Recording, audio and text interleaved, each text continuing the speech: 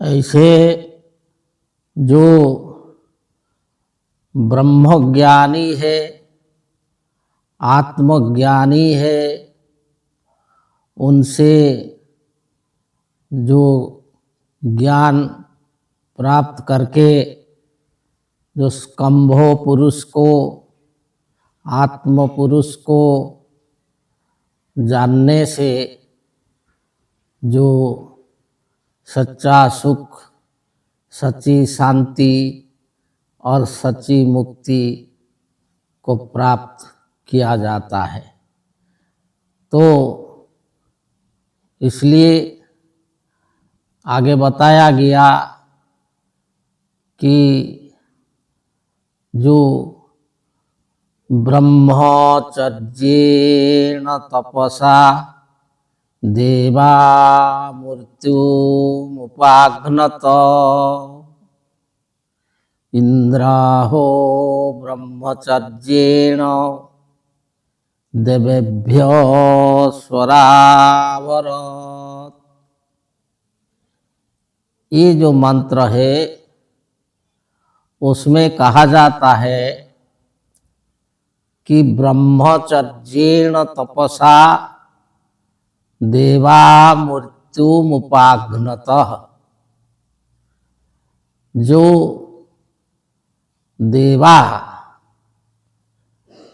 ब्रह्मचर्येण तपसा मृत्युम उपाघ्नत,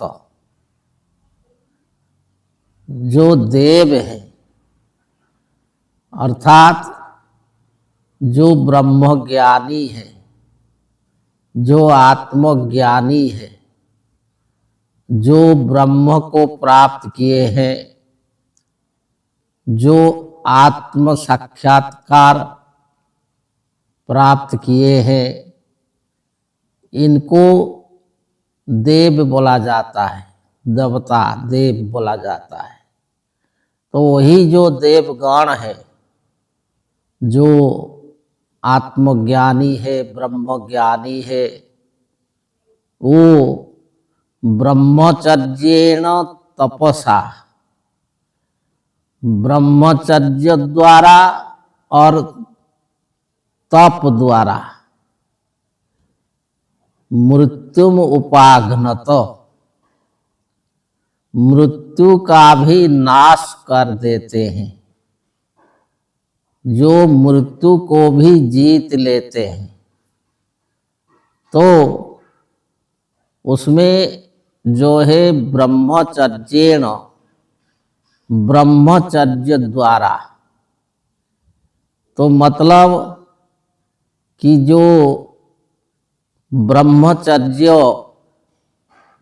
का अर्थ जो लोग समझते हैं और इसका गलत अर्थ निकाल करके जो संसार नहीं करने का, शादी नहीं करने का अर्थ निकाल करके जो संसार छोड़ के चले जाते हैं और इसके द्वारा जो वीर्य रक्षा के द्वारा ब्रह्म को प्राप्त किया जाएगा, यही अर्थ निकालते हैं और उसमें जो है वो ज्ञान प्राप्त करने के लिए चाहते हैं। तो ये अर्थ नहीं है। क्यों? कि जो पहले जो मुनि ऋषि गण थे, जो ब्रह्म ऋषि थे, जिनको ब्रह्म ऋषि बोला जाता है, जो वशिष्ठ, विश्वामित्र, भरद्वाज, अंगिरा इत्यादि अनेक ऋषियों का नाम जो शास्त्र में है, तो ये सारे जो ब्रह्म ऋषि कहलाते थे, जो ब्रह्म को प्राप्त किए थे, वो सारे ऋषिगण मुनिगण सब संसारी थे, सब गृहस्थ थे। उनका पत्नी बाल बच्चा थे और उनसे ही जो है मनुष्य समाज का विकास हुआ, वंश वृद्धि हुआ, जिसको गोत्र बोला जाता है।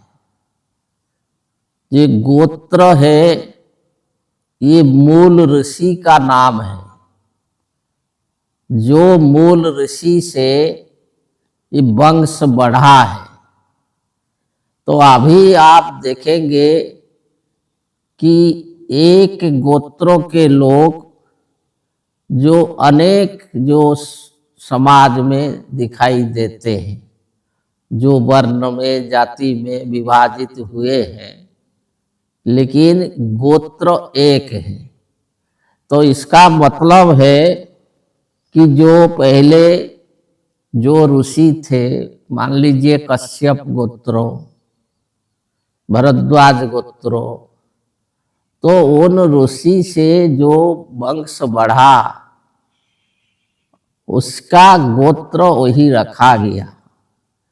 तो बाद में जो है ये जो सामाजिक व्यवस्था का परिवर्तन हुआ, तो इसे लोग जो अपना कर्म के अनुसार जो अनेक प्रकार के जो जाति वर्ण के जो मनुष्य ने बनाया, उसमें विभाजित हुए हैं। लेकिन उसमें देखा जाता है कि जो ऋषिगण थे, जो मुनिगण थे, यही वंश प्रवर्तक थे।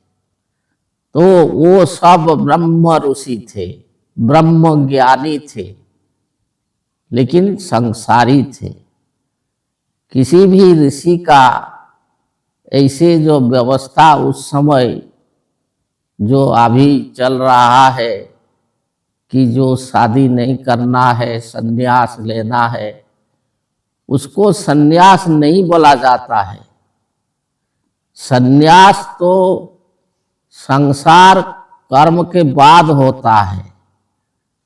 जो है जो गुरुकुल आश्रम, उसके बाद गृहस्थाश्रम, उसके बाद वानप्रस्थाश्रम, और उसके बाद होता है संन्यास। और संन्यास में जो ब्रह्म ज्ञान से, योग ज्ञान से जो शरीर छोड़ना, लेकिन ये सब गलत अर्थ करके जो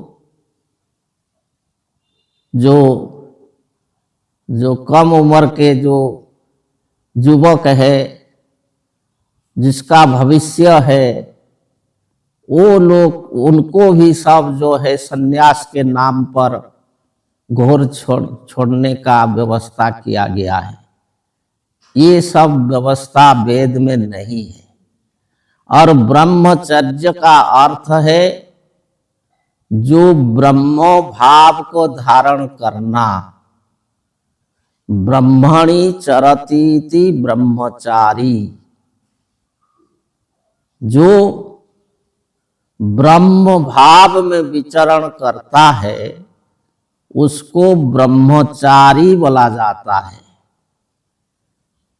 और वही जो ब्रह्म भाव को लेकर के जो आचरण, जो कर्म किया जाता है, उसको ब्रह्मचर्य बोला जाता है।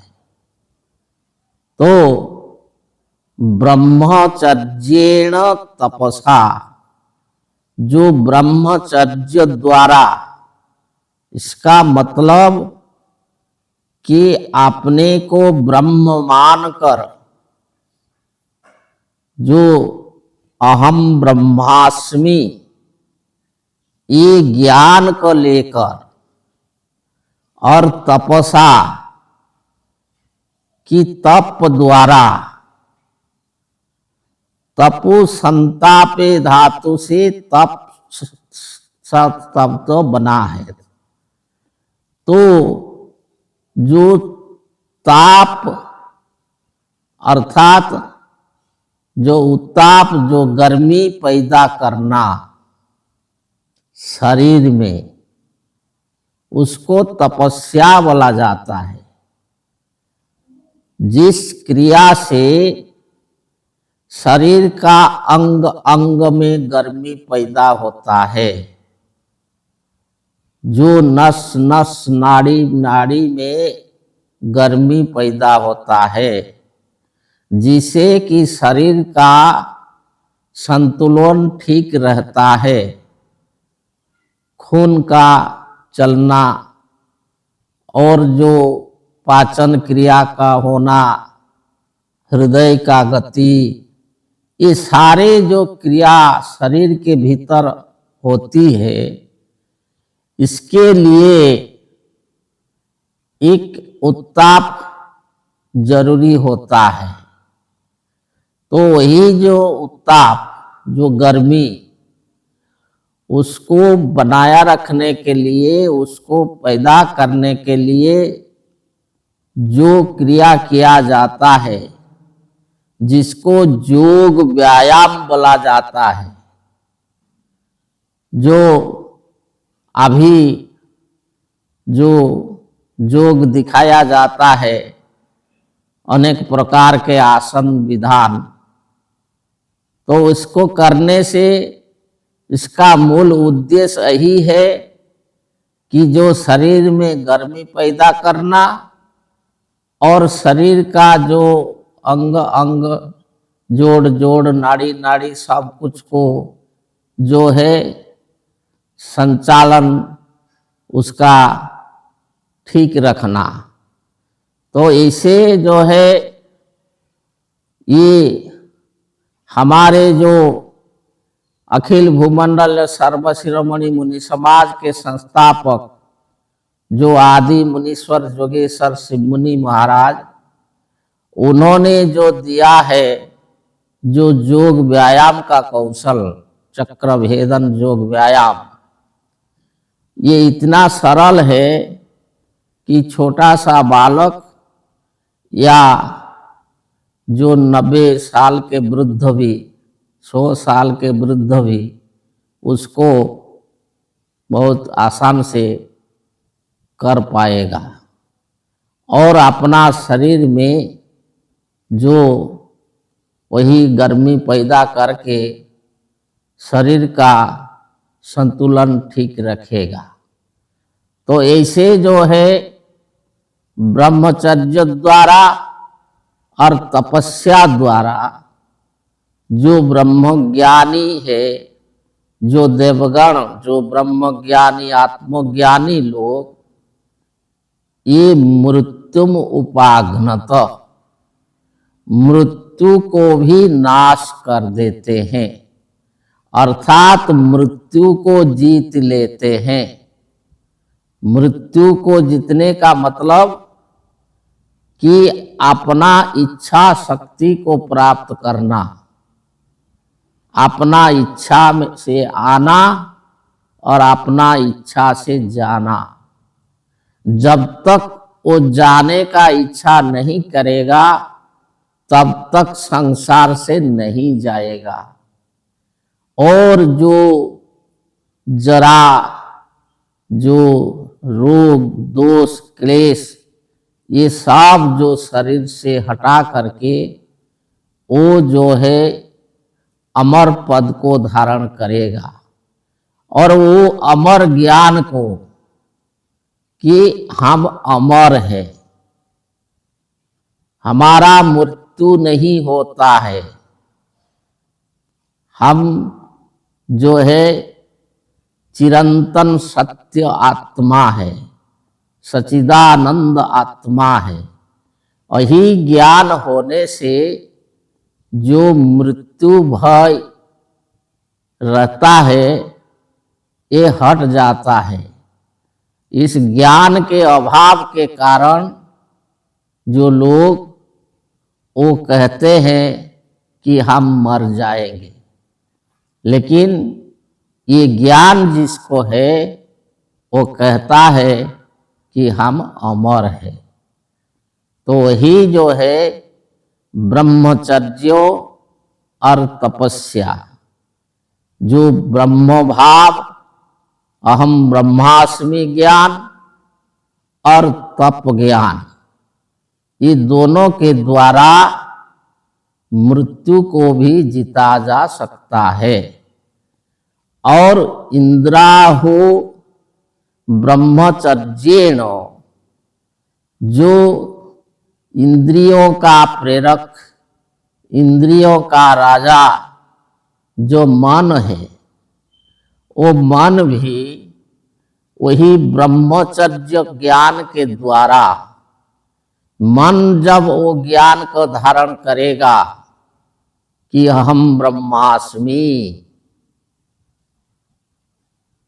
तो वही मन जो है ये व्यक्ति को, देवेभ्यो, वही देवगण को, आत्मज्ञानियों को, ब्रह्मज्ञानियों को स्वराभरत, स्व जो आत्मज्ञान, आत्मानंद को प्राप्त कराता है। जिसे आत्मानंद प्राप्त होता है, जो सच्चिदानंद प्राप्त होता है कि हम आनंदमय है, पूर्णश्चिदानंदमयो शिवोऽहम्, शिवोऽहम्। यही जो ज्ञान और जो नित्य आनंद को प्राप्त कर लेता है तो मृत्यु को भी जीत जाता है।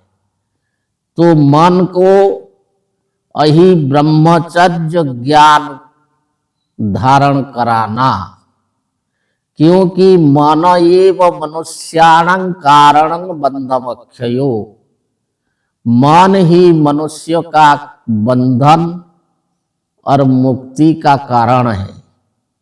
अज्ञान के कारण जब मन अज्ञान रहता है तो मनुष्य बंधन में पड़ता है, रोग दोख दुख क्लेश काम क्रोध लोभ मोह में फंसता है।